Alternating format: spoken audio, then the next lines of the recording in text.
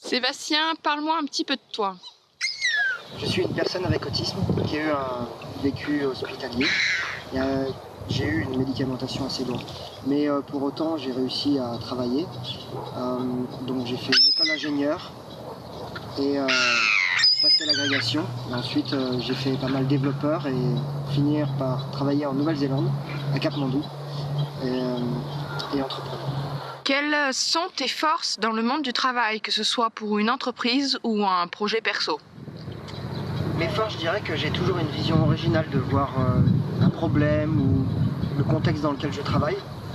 Ensuite, je suis rapide d'exécution.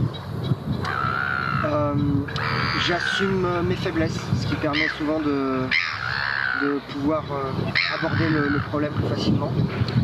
Et je ne suis pas du tout effrayé par la difficulté. J'abandonne rarement. Et quelles sont tes faiblesses, les points sur lesquels tu as besoin d'être plus accompagné, plus épaulé? J'ai un gros souci avec l'interprétation sociale. J'ai du mal à décoder l'environnement qui m'entoure, ce qui me pose souvent des problèmes d'interprétation. J'ai aussi un gros manque de confiance en moi, ce qui est assez difficile. Quel genre de patron ou de manager te convient et pourquoi? J'ai besoin d'un patron avec lequel je peux avoir un rapport de confiance. Un patron qui est capable d'égaliser la pression, c'est-à-dire que s'il y a besoin de pression, la pression, je peux la recevoir, mais pas par gros pics. Et donc souvent, c'est quelqu'un qui va réguler la pression nécessaire, mais pas par grosses vagues, parce que c'est quelque chose que je vais avoir du mal à gérer. Donc voilà, un rapport de confiance, c'est quelqu'un qui met la pression quand il faut, mais pas par microsecondes. Quel niveau de supervision et de feedback as-tu besoin au quotidien? Alors, j'ai besoin d'un endroit pour me relaxer. Souvent, j'utilise les toilettes pour avoir un endroit pour moi pour me relaxer. Ensuite, j'ai besoin aussi de feedback,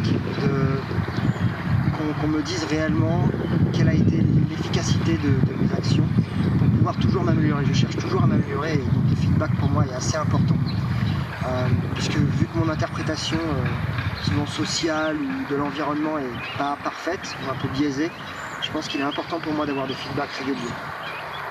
De quelle façon tes collègues te décrivent-ils?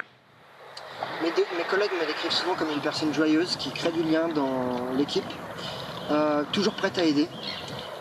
Par contre, des fois un peu trop rapide et donc difficile à suivre. Quels conseils donnerais-tu aux autistes pour s'intégrer et perdurer dans le monde du travail? Je pense le meilleur conseil, enfin l'un des meilleurs conseils, c'est déjà premièrement, c'est vraiment apprendre à se connaître. Il n'y a pas de pression, le but c'est de réussir dans le temps, pas forcément rapidement.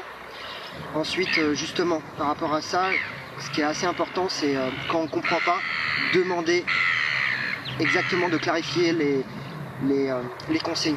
Souvent, en fait, les consignes sont faites pour des neurotypiques et il est important de clarifier les consignes pour pouvoir exécuter la tâche correctement. Et ensuite, il faut oser. Ne pas se mettre trop la pression, mais oser. Parce que c'est en expérimentant qu'on s'améliore et que chaque jour, on peut faire de mieux en mieux. Quels conseils donnerais-tu aux employeurs qui ont la possibilité ou qui ont une équipe avec une personne avec autisme? Le meilleur conseil, c'est évidemment, employer une personne autiste peut faire peur. Ça peut paraître avoir un coût, mais par rapport à une autre personne, je pense que ça enrichit énormément la communication dans l'entreprise. Et donc les avantages sont grands, mais il ne faut pas le faire juste. Je pense qu'il est important de ne pas employer un autiste pour dire ça y est, j'emploie un autiste. Mais vraiment le faire de façon intelligente, puisque effectivement, il y a de grosses différences. Il suffit de les connaître et ça peut enrichir énormément le milieu du travail de l'entreprise. Quel conseil donnerais-tu à un employeur qui a dans son équipe ou qui a la possibilité d'intégrer à son équipe une personne avec autisme? Le conseil serait évident, c'est déjà une personne autiste est une personne comme une autre.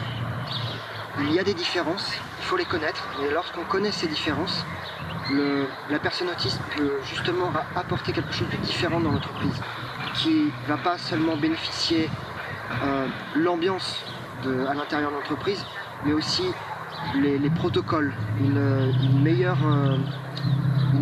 vision parfois de l'entreprise, puisqu'un élément nouveau et différent dans une entreprise donne une autre dynamique justement à cette entreprise, de façon du point de vue d'une vision extérieure, mais aussi à l'intérieur de l'entreprise.